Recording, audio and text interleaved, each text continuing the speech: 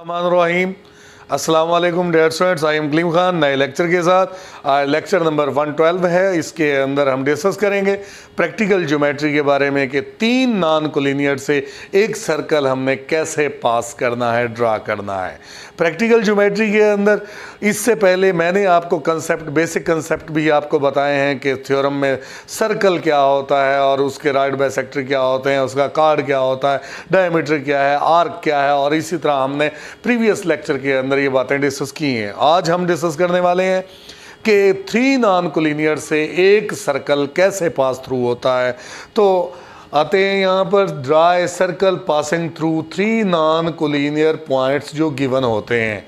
तो इससे पहले मैं आपको एक बात बताते चलूँ कि आप मेरे इस चैनल पे जाके प्लेलिस्टों के अंदर तमाम वीडियो लेक्चर्स जो कि पूरी बुक 10th क्लास की वहाँ पर मौजूद हैं।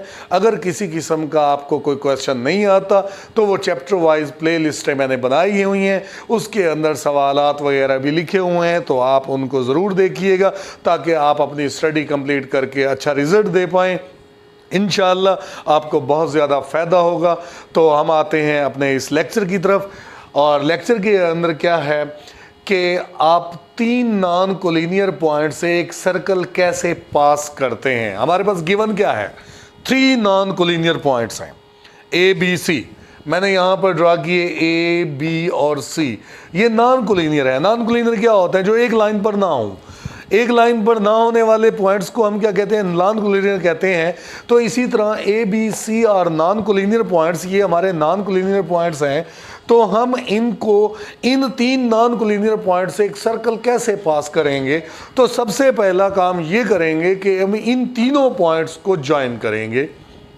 मतलब ज्वाइन कैसे करेंगे कि ए को बी से ज्वाइन कर दें लाइन सेगमेंट से, और बी को सी से ज्वाइन कर दें लाइन सेगमेंट से। और ज्वाइन करने के बाद हमने ए बी और बी सी दोनों लाइन सेगमेंट के हमने बाइसेक्टर ड्रा करने हैं ताकि हम एक सर्कल ड्रा कर सकें। तो बाइसेक्टर कैसे ड्रा किए जाते हैं मैंने यहाँ पर सेपरेटली यहाँ पर लिखा है ए बी, यही लाइन सेगमेंट उठा के मैंने यहाँ पर लिखा है ताकि बच्चों को अच्छी तरह समझ आ जाए कि ए और बी का बाइसेक्टर कैसे ड्रा करेंगे। एक कंपास प्रकार आप अपनी मर्जी से और ए बी के आधे से ज़्यादा खोलकर एक आर्क ऊपर लगानी है और एक आर्क नीचे लगानी है, और इसी तरह उतनी ही खुली हुई आर्क जितनी पहले आपने बी पॉइंट पर रख के आर्क लगाई हैं, उतनी ही खुली हुई कंपास को आप ए पर रख के आर्क्स लगाएं, और ये दोनों आर्क्स जिस पॉइंट पर इंटरसेक्ट होंगे तो उसमें से एक लाइन पास कर दें। तो ये हमारा एल एम क्या बनेगा? एक ए बी का राइट बाइसेक्टर होगा। इसी तरह हमने ए बी का यहाँ पर बाइसेक्टर ड्रा किया, यानी कि बी पर कंपास रख के आर्क लगाई, नीचे भी ऊपर भी, और ए पर रख के नीचे ऊपर जो है ना आर्क लगाई, और हमने इनको ज्वाइन किया। एल एम हमारा क्या बन गया? राइट बाइसेक्टर बन गया। सिमिलरली आप बी सी पर भी इसी तरह, बी सी मैंने इसी तरह वर्टिकली ड्रा किया है ताकि आपको पता चले कि आपने बाइसेक्टर कैसे ड्रा करना है।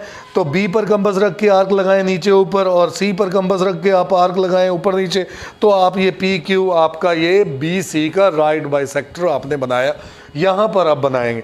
और ये दोनों बाइसेक्टर एल एम और पी क्यू दोनों जिस पॉइंट पर मिलते हैं उसे हम ओ का नाम देते हैं। और ओ क्या है? उस सर्कल का सेंटर होगा जिस सर्कल को हम इन 3 नॉन कोलिनियर पॉइंट से गुजारना चाह रहे हैं। तो हमारे पास क्या है? ओ पॉइंट है। डियर स्टूडेंट्स, जिस पॉइंट पर ये दोनों राइट बाइसेक्टर मिलते हैं वो सर्कल का सेंटर कहलाता है, जो कि तीनों पॉइंट्स ए बी सी से वो सर्कल पास होगा। तो अगर आप इस चैनल पे नए हैं तो आप सब्सक्राइब करें, लाइक करें, और दूसरे आप बच्चों को ये शेयर भी करें ताकि उनको ये इस किस्म की इन्फॉर्मेटिव वीडियो मिलती रहें। और बेल आइकन पे ज़रूर क्लिक कीजिएगा ताकि मेरी हर आने वाली नई वीडियो आप तक पहुंच सके।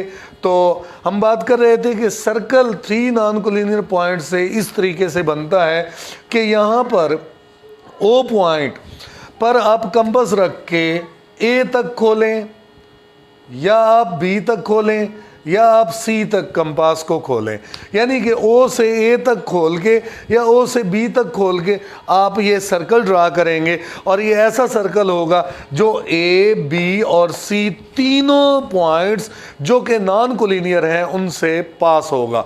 यहाँ पर मैंने एक्यूरेट डायग्राम यहाँ पर बनाई हुई है, इसके अंदर भी आप ज़रा गौर से देखिएगा कि यहाँ पर ए बी सी तीन non collinear points, A B का bisector L M, B C का बाइसेक्टर क्या है पी क्यू है, और ये बाइसेक्टर जिस पॉइंट पर मिल रहे हैं वो ओ पॉइंट है, और ओ पॉइंट से ए तक, ओ पॉइंट से बी तक, ओ पॉइंट से सी तक का आप ऐसे कंपास को खोल के ऐसे जो है ना वो यहाँ पर इतनी खोल के रखें और फिर ओ पॉइंट पर रख के आप सर्कल जैसे ही ड्रा करेंगे तो वो तीनों पॉइंट्स ए बी और सी से वो पास होगा।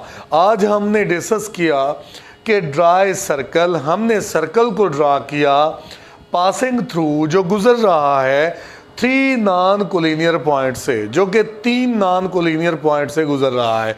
तो इसके लिए आपको स्टेप्स ऑफ कंस्ट्रक्शन याद करने होंगे। क्या कंस्ट्रक्शन थे स्टेप्स?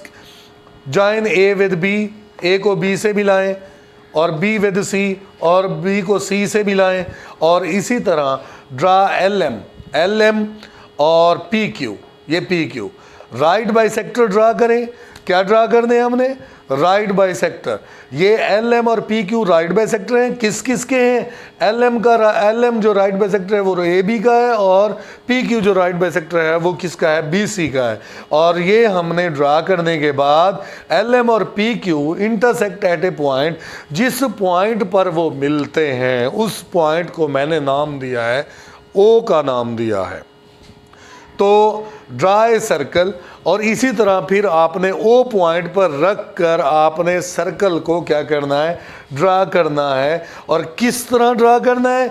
ओ ए, ओ बी और ओ सी, यानी कि ओ से लेकर ए तक या ओ से लेकर बी तक या ओ से लेकर सी तक आप कंपास को खोलकर इस रेडियस का आप सर्कल ड्रा करेंगे।